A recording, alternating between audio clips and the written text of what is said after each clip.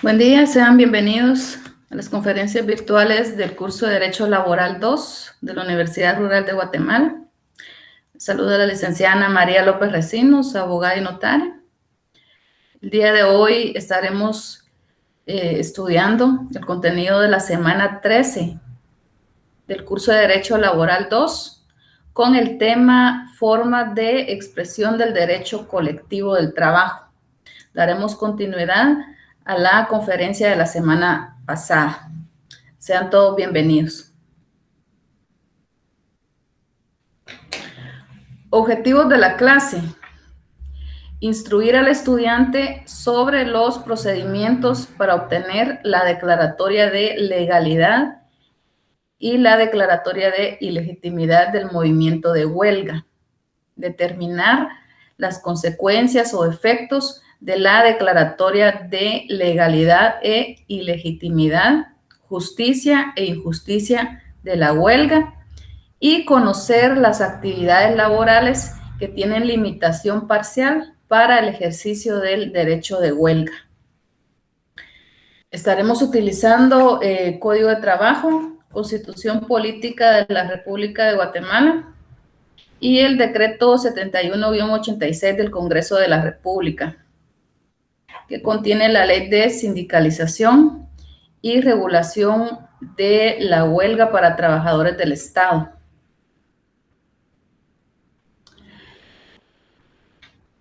Los órganos de control de la Organización Internacional del Trabajo han reconocido que el derecho de huelga es resultado inseparable del derecho de sindicalización, protegido por el Convenio 87 de la OIT. De ese Convenio 87 deriva el derecho de las organizaciones de trabajadores de aplicar sus propios programas de actividades para la defensa de sus intereses económicos y sociales que les son comunes al grupo de trabajadores.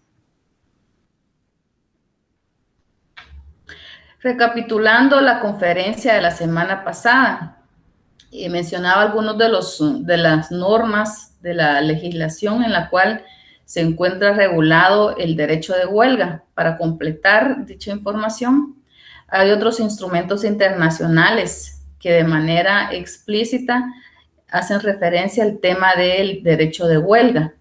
Tal es el caso del Pacto Internacional de Derechos Económicos, Sociales y Culturales, en su artículo 8, numeral 1, literal D, para que ustedes puedan tomar nota de estos otros instrumentos internacionales, de los artículos citados, y complementen la información que les proporcioné la semana pasada. También está la Carta Internacional Americana de Garantías Sociales de 1948, en su artículo 27. Y el protocolo adicional a la Convención Americana sobre Derechos Humanos en materia de derechos económicos, sociales y culturales de 1988, en su artículo 8, numeral 1, literal B. Les decía, el día de hoy vamos a dar continuidad a la conferencia de la semana pasada. Habíamos dado inicio al estudio de las formas de expresión del derecho colectivo de trabajo. La semana pasada estábamos abordando el tema de la huelga, nociones generales. Hoy vamos a ver parte de los procedimientos para la declaratoria de los diferentes tipos de huelga, que ya la semana pasada vimos su clasificación. Entonces hoy vamos a ver el procedimiento para esos tipos de huelga y los efectos o consecuencias que traen para los patronos y para los trabajadores cada uno de estas huelgas. El procedimiento para obtener la declaratoria de huelga legal. Ya tenemos la definición de qué es la huelga legal, que está regulada en el artículo 239 del Código de Trabajo, y los requisitos que se deben de llenar para que sea declarada huelga legal en el artículo 241 del Código de Trabajo. Entonces vamos a ver el procedimiento en general. El procedimiento para que el juez declare que una huelga es legal inicia con el planteamiento del conflicto colectivo de carácter económico-social, ante el juez de primera instancia de trabajo y previsión social. Se le presenta la solicitud planteando el conflicto colectivo de carácter económico-social y adjuntando el pliego de peticiones correspondientes. Ese planteamiento, esa demanda colectiva, puede ser promovida por un grupo coaligado de trabajadores para obligar al patrono a suscribir un convenio colectivo de condiciones de trabajo.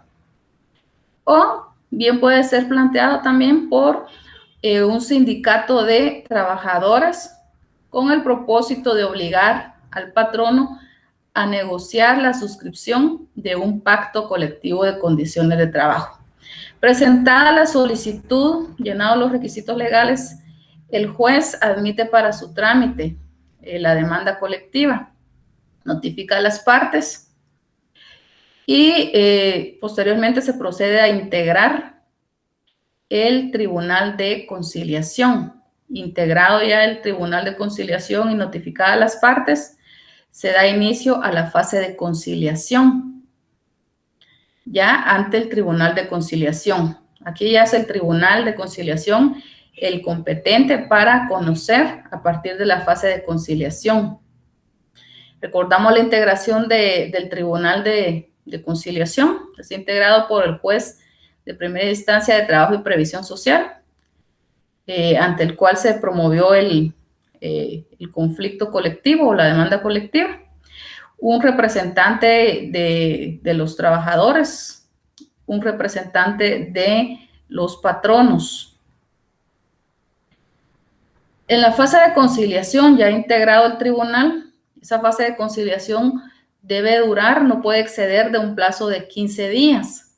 En ese plazo, el Tribunal de Conciliación va a convocar a las partes a una audiencia a través de los delegados que representan a cada parte, según el artículo 393 del Código de Trabajo. En esa fase de conciliación está prohibida la interposición de recursos, excepciones y cualquier otra medida que tienda a entorpecer o a demorar el trámite del proceso. Artículo 383 del Código de Trabajo. En ese periodo de conciliación, la fase de conciliación de 15 días, si se llegara a un acuerdo, si hay conciliación, se suscribe el convenio o el pacto colectivo de condiciones de trabajo y ahí finalizaría el conflicto de carácter económico-social. Pero si no hay conciliación en ese plazo de 15 días, el tribunal da por fracasada la conciliación y procede a dictar un pliego de recomendaciones para las partes, sin que esas recomendaciones tengan carácter coercitivo o carácter obligatorio para las partes. Solo son recomendaciones que el Tribunal de Conciliación les hace a las partes. En este caso, al no haber conciliación, continúa con el trámite para la declaratoria de la huelga legal.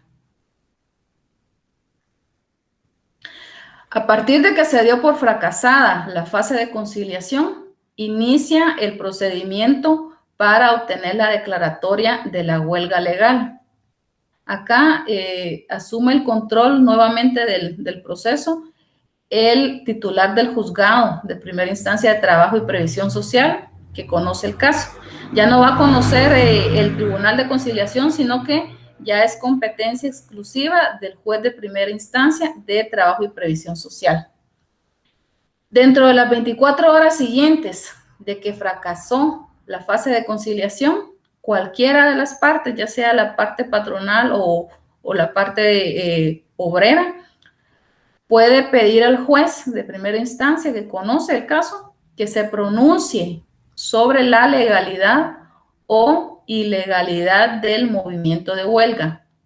Fundamento, artículo 394 del Código de Trabajo.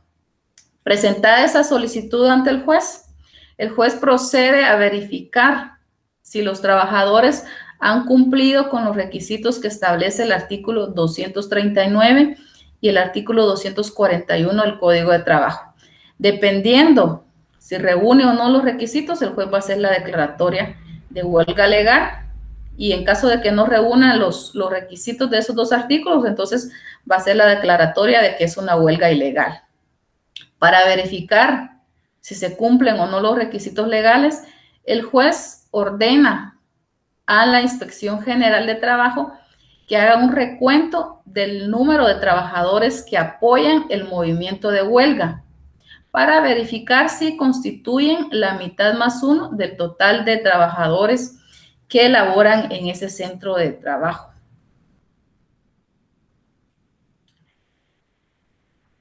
Posteriormente a que la Inspección General de Trabajo ha verificado el número de trabajadores que apoyan el movimiento de huelga, el juez emite el pronunciamiento sobre la legalidad o ilegalidad del movimiento de huelga, artículo 394, Código de Trabajo. Emitida esa resolución por el juez de primera instancia de Trabajo y Previsión Social, eleva a consulta esa resolución en forma inmediata a la Sala de Apelaciones de Trabajo y Previsión Social corresponde.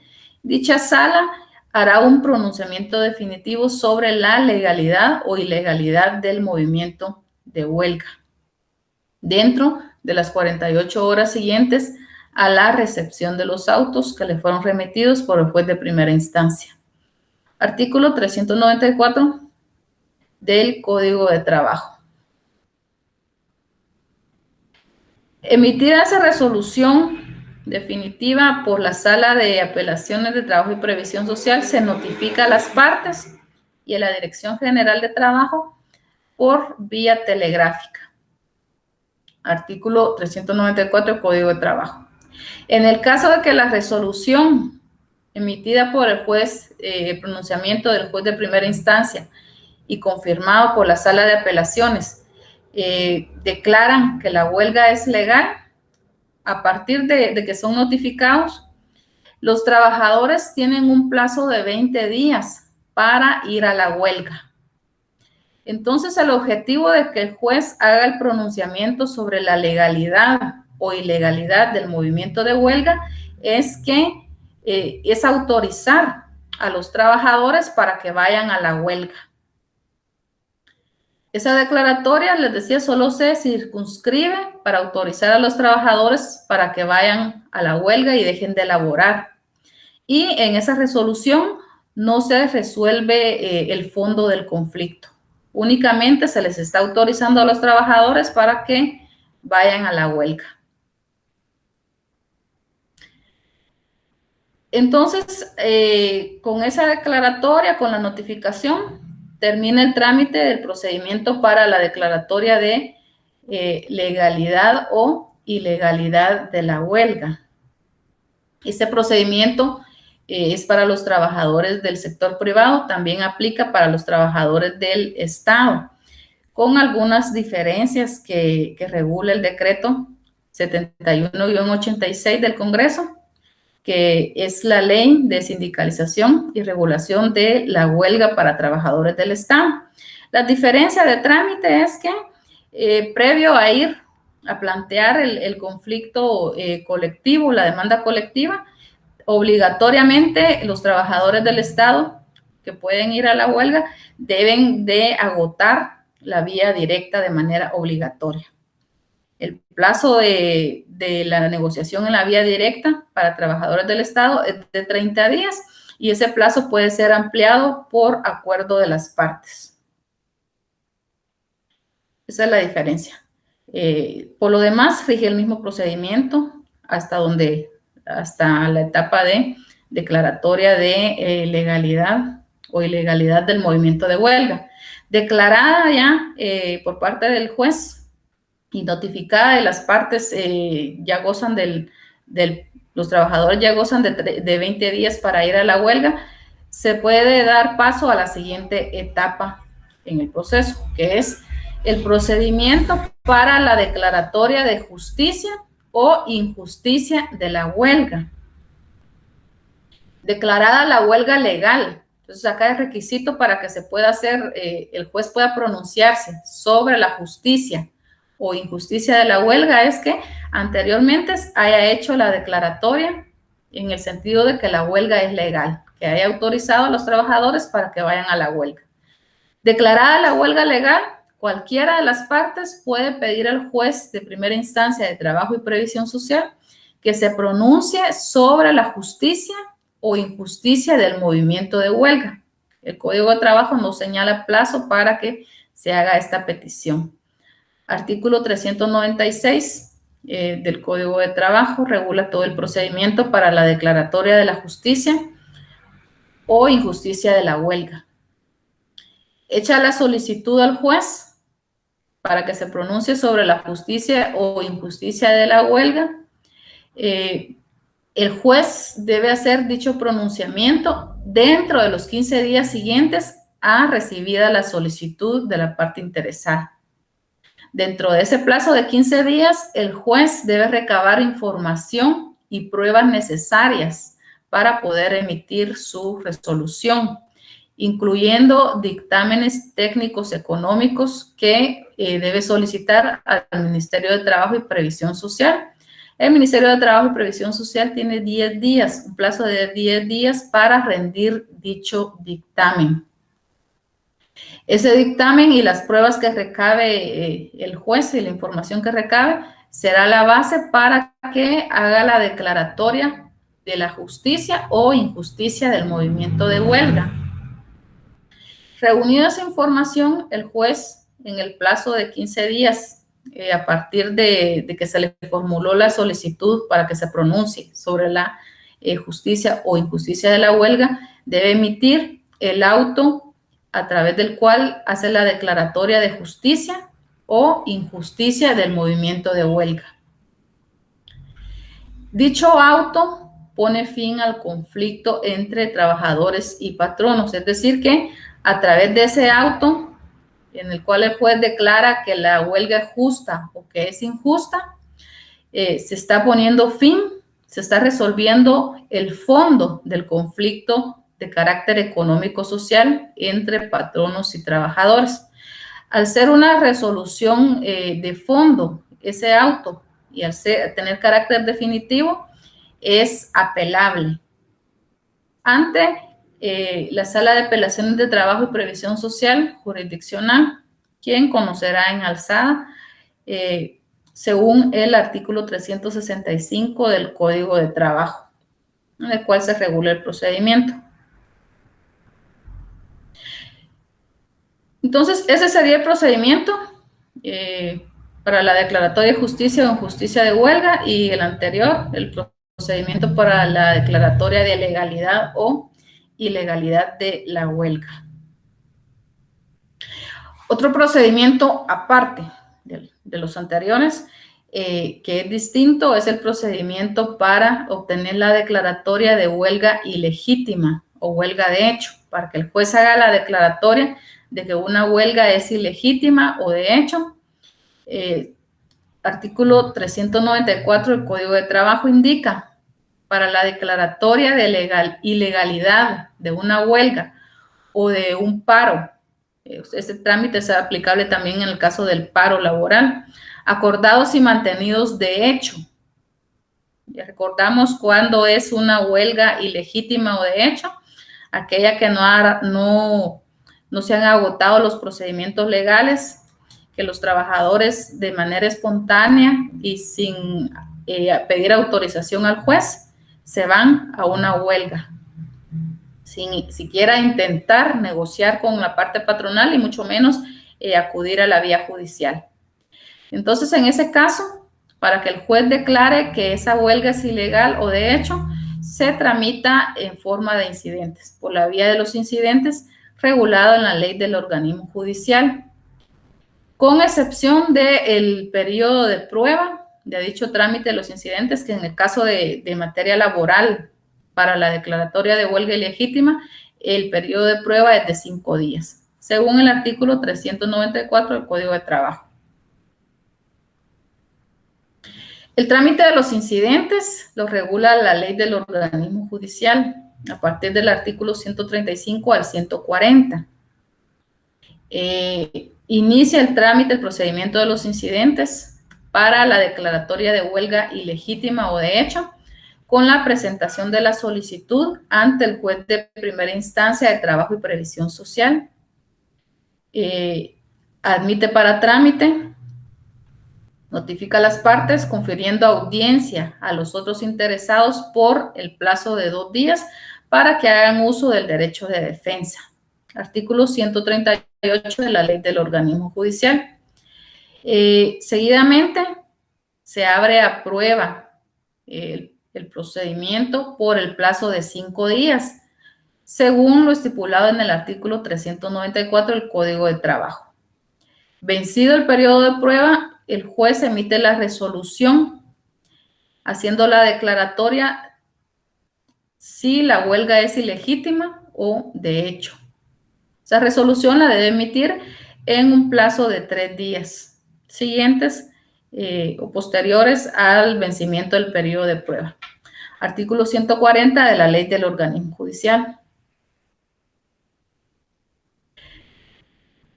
Ya pasando a otro tema, ¿cuáles son las consecuencias o efectos de que el juez haga la declaratoria de que una huelga es legal o que una huelga es ilegítima o la huelga es ilegal? ¿Cuáles son los efectos? ¿Cuáles son las consecuencias? En el caso de que el juez haga la declaratoria de que la huelga es legal, el efecto es que se suspenden los contratos de trabajo vigentes en las empresas en que se declaren por todo el tiempo que dure la huelga. Artículo 240 del Código de Trabajo. En el caso de que la huelga sea declarada ilegal, el efecto, en el caso que la huelga fue declarada ilegal, pero a pesar de eso los trabajadores se fueron a la huelga. En este caso, el tribunal debe fijar al patrono un plazo de 20 días. Durante ese plazo de 20 días, el patrono está facultado para despedir a los trabajadores sin responsabilidad de su parte. En este caso sería la facultad para despedir a los trabajadores que se fueron a la huelga. Artículo 244 del Código de Trabajo. En los casos de la huelga de hecho o huelga ilegítima, el tribunal, igualmente que en la huelga ilegal, fija al patrono un plazo de 20 días dentro del cual, sin responsabilidad del patrono, este puede despedir, dar por terminados los contratos de trabajo de los trabajadores que se fueron a la huelga de hecho o huelga ilegítima. Artículo 244 del Código de Trabajo. En esos artículos hagan las anotaciones correspondientes. En el caso del artículo 244, efecto de la huelga de hecho o huelga ilegítima. ¿Cuáles son las consecuencias o efectos de que el juez haga la declaratoria de que la huelga es justa o que la huelga es injusta? Artículo 242 del Código de Trabajo. En el caso de que el juez declare que la huelga es justa, tiene como efecto o consecuencia que los tribunales de trabajo y previsión social deben condenar al patrono al pago de salarios correspondientes a los días en que los trabajadores hayan holgado. Recordamos cuando la huelga es declarada justa. ¿En qué casos la huelga es declarada justa? Cuando se imputa al patrono como culpable del movimiento de la huelga. Los motivos que originaron a la huelga legal, son imputables al patrono. En este caso, tiene como consecuencia que el patrono debe pagar a los trabajadores los salarios correspondientes a todos los días que los trabajadores hayan estado en huelga. Otro de los efectos es que los trabajadores que por la naturaleza de sus funciones hayan tenido que laborar durante el periodo que estuvo la huelga vigente, tienen derecho a que el patrono les pague salario doble. O sea, les debe pagar el patrono el salario ordinario que les correspondía y un salario extraordinario por haber laborado durante la huelga. Artículo 242 del Código de Trabajo. Consecuencias o efectos de que el juez haya declarado que la huelga es injusta. Es decir, que al hacer el análisis correspondiente, el juez determinó que el patrono no era el culpable, no era el causante de la huelga, sino que son los trabajadores los culpables. Entonces, ¿cuáles son los efectos? El efecto es que los trabajadores que hayan ido a la huelga no van a tener derecho a percibir salario correspondiente al tiempo que estuvieron en huelga. Y otro de los efectos o consecuencias es que los trabajadores que hayan laborado durante el tiempo que la huelga estuvo vigente no van a tener derecho a salario doble, sino que únicamente van a tener derecho al salario ordinario que les correspondía. Artículo 242 del Código de Trabajo. Pasamos ya al siguiente tema, limitación parcial del ejercicio de huelga. Es importante conocer y aclararles que si bien la huelga es un derecho individual de todos los trabajadores que debe ser ejercido de manera colectiva, no es un derecho absoluto. Es decir, que para su ejercicio hay ciertas condiciones que se deben de cumplir, hay ciertas restricciones legales también. En el caso del artículo 104 y 116 de la Constitución, enumeran las condiciones y requisitos que se deben de llenar para poder ejercer el derecho de huelga. Igual, artículo 239 y 241 del Código de Trabajo. Y el artículo 4 del decreto 71-86 también regula condiciones, restricciones legales para el ejercicio del derecho de huelga. Respecto al ejercicio del derecho de huelga, también la propia legislación puede restringir o limitar. En algunos casos puede suspender y en otros casos especiales también puede prohibir. En casos excepcionales puede prohibir el ejercicio del derecho de huelga. Y esto es amparado inclusive por la legislación internacional. Tal es el caso del Convenio 87 de la OIT, artículo 3. Según el análisis realizado en el estudio general, párrafo 151. Entonces vamos a ver algunas de las condiciones, restricciones, limitaciones, causas de suspensión y prohibición del ejercicio del derecho de huelga.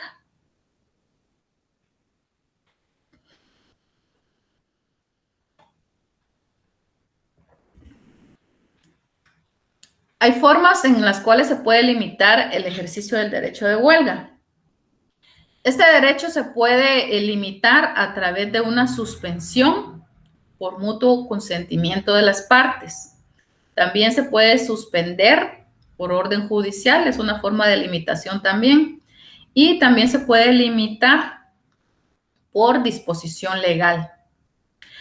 Por mutuo consentimiento de las partes se puede suspender el ejercicio del derecho de huelga, según el artículo 256 del Código de Trabajo. Ese tema se trató en la conferencia pasada. Esa suspensión por mutuo consentimiento se da cuando al suscribir un pacto o un convenio colectivo de condiciones de trabajo, en el mismo se incluye una cláusula en la cual los trabajadores y el patrono se comprometen a no ir a la huelga, a no ejercer el derecho de huelga, mientras ninguna de las partes incumpla lo pactado o lo convenido. En los casos en que el convenio o el pacto haya sido suscrito por el patrono y el 60% de sus trabajadores. Artículo 256 del Código de Trabajo. También hay otra forma de limitación del ejercicio del derecho de huelga contenido en el artículo 256 del Código de Trabajo. Es una suspensión temporal por orden judicial por un periodo no mayor de 6 meses. Cuando las circunstancias del caso ameriten que el juez haga dicha declaratoria de suspensión del ejercicio del derecho de huelga por un periodo no mayor de 6 meses. Artículo 256 del Código de Trabajo. Por disposición legal también se puede limitar, restringir, suspender e inclusive prohibir el ejercicio del derecho de huelga. Hay una limitación parcial que está contenida en el artículo 243, literal A y B del Código de Trabajo. Hay una limitación total para el ejercicio del derecho de huelga contenida en el artículo 243, literal C del Código de Trabajo. También esa limitación total está contenida en el artículo 4, literal D y literal E del decreto 71-86 del Congreso, que contiene la ley de sindicalización y regulación de la huelga de los trabajadores del Estado. Esa limitación total es para los trabajadores del Estado que prestan servicios esenciales. Y también por disposición legal se puede dar una limitación por parte del presidente de la República de Guatemala al ejercicio del derecho de huelga durante un estado de excepción. De acuerdo al artículo 138 de la Constitución, artículo 8, numeral 2 y 13, artículo 13, numeral 8, perdón, de la Ley de Orden Público. Ahí se regula el tema de los estados de excepción y en qué casos se puede limitar el ejercicio del derecho de huelga por parte del presidente de la República. Vamos a tratar esos temas a continuación. Tomen nota, por favor. Limitación parcial del ejercicio del derecho de huelga. Esa es una limitación parcial para trabajadores del sector privado. Artículo 243 del Código de Trabajo. Les explico por qué es para limitación parcial para trabajadores del sector privado. Porque para los trabajadores del sector público lo regula específicamente decreto 71-86 del Congreso, que es la ley de sindicalización y regulación de la huelga para trabajadores del Estado. Entonces vamos a aplicar esta limitación parcial del artículo 243, literal A y B, para trabajadores del sector privado. Son esas limitaciones para servicios esenciales. Hagan su anotación en este artículo 243, literal A y B, servicios esenciales con limitación parcial, sector privado.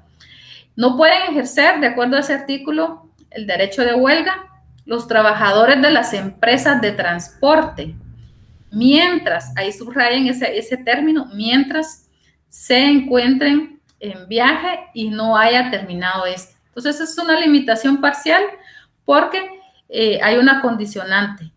Mientras ellos se encuentren de viaje, no pueden ejercer el derecho de huelga. Terminado el viaje, por lógica, sí podrían ejercer el derecho de huelga.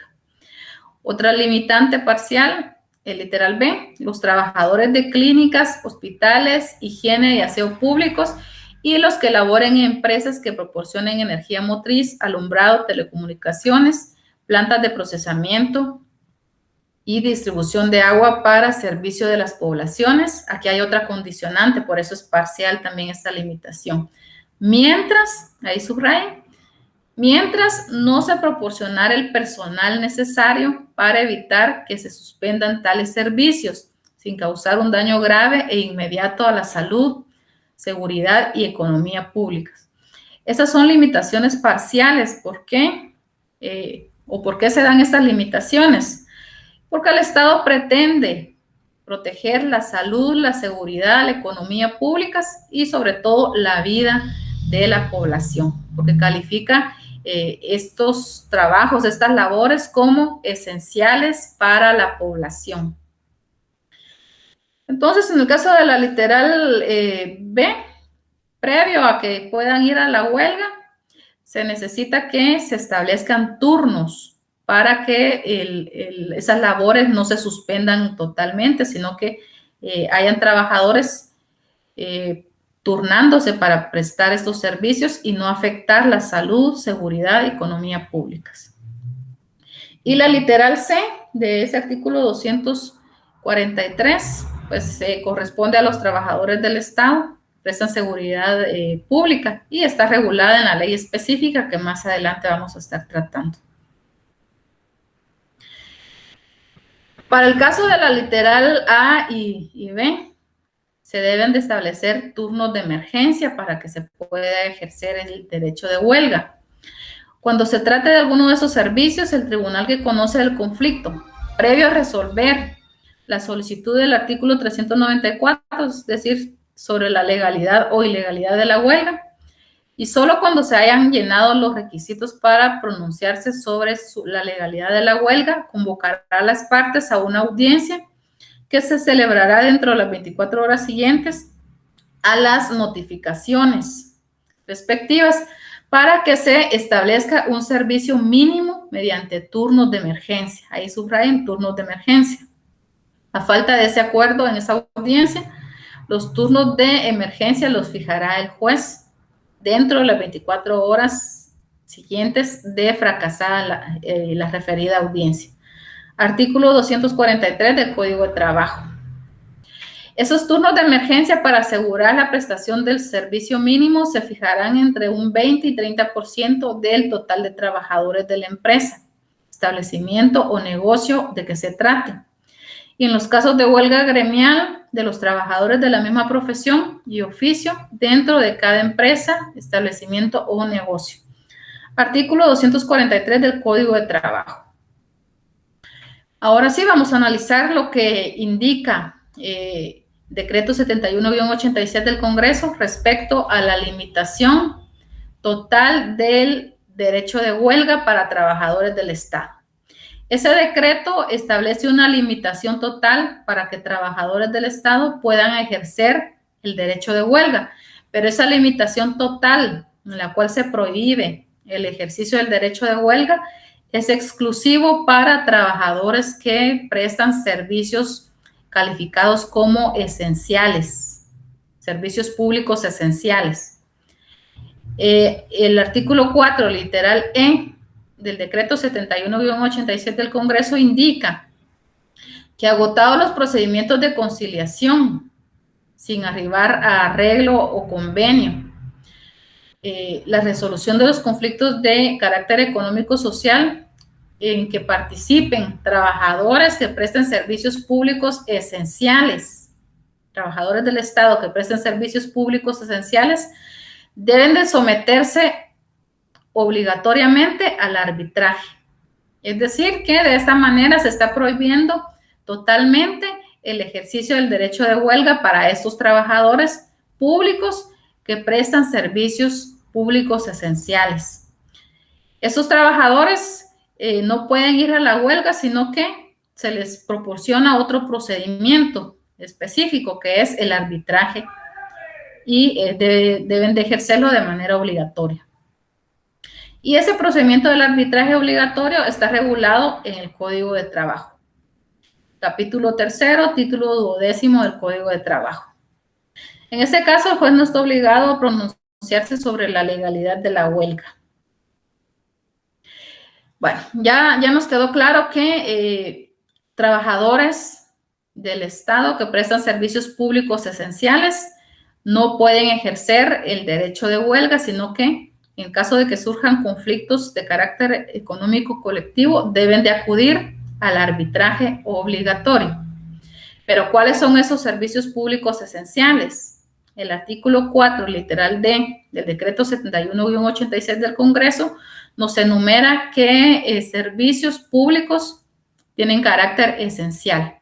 Dentro de estos, hospitales, centros y puestos de salud, servicios de higiene y aseo público.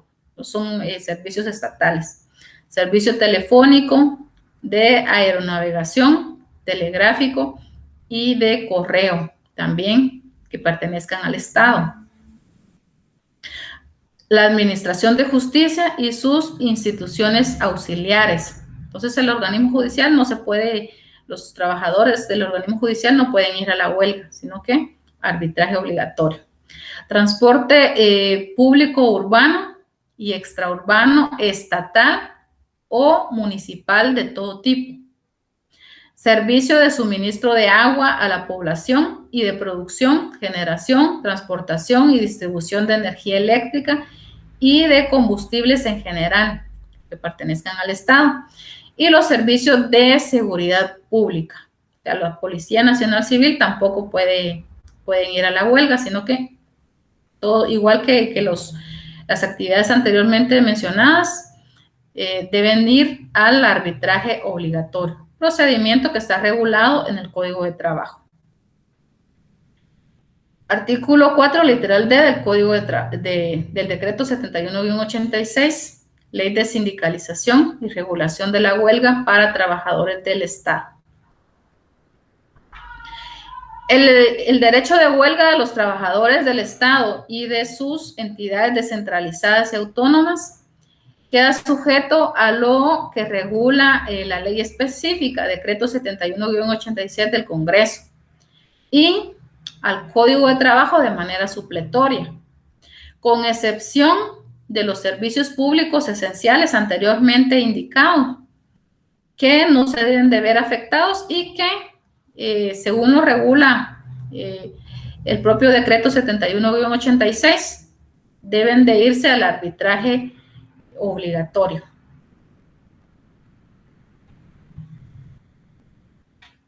También se puede limitar el ejercicio del derecho de huelga en un estado de excepción.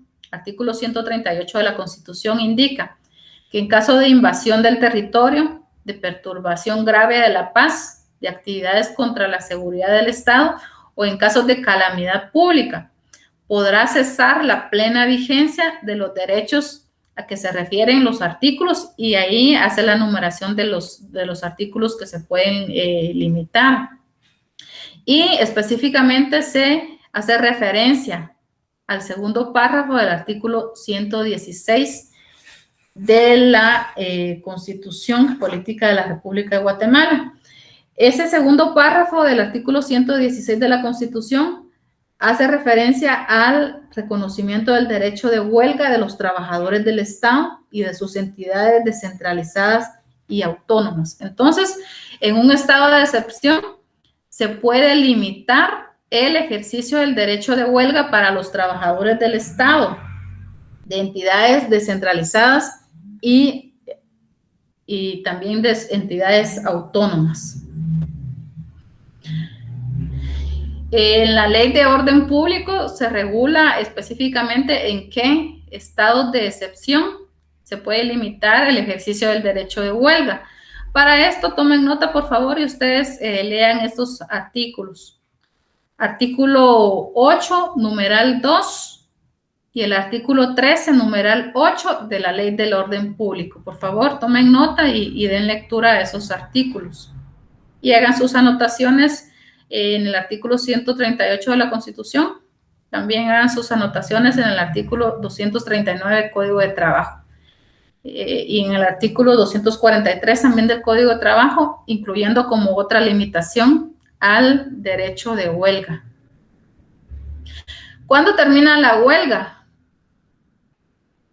Por la declaratoria de que hace el juez de justicia o injusticia. Es una de las formas en que se da por concluido el conflicto de carácter económico-social que dio origen a la huelga. También por mutuo consentimiento de las partes, a través del arbitraje voluntario o por aceptación expresa de los empleados con relación al reclamo que hayan planteado a través de un allanamiento. Entonces, por mutuo consentimiento puede terminar la huelga a través del arbitraje voluntario o por el allanamiento de los trabajadores.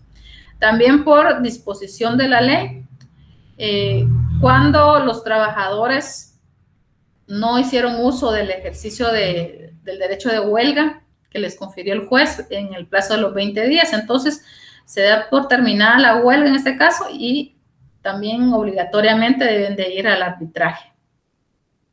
Preguntas de estudio ya para finalizar la conferencia del día de hoy. Las mismas que les aparecen en su video 15 minutos. Respuestas igual las encuentran en ese video, en la conferencia de hoy, en los artículos y en las leyes citadas también el día de hoy. Gracias por su atención a esta conferencia. Espero hayan comprendido los temas que se abordaron el día de hoy. Con este contenido damos por concluido el tema de la institución de la huelga.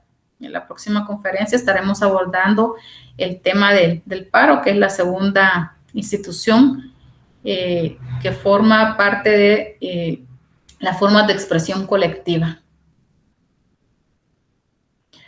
Muchas gracias por su atención. El contenido para el segundo examen parcial sería el contenido de la semana 7 a contenido de la semana 11. Gracias por su atención. Que tengan buen fin de semana.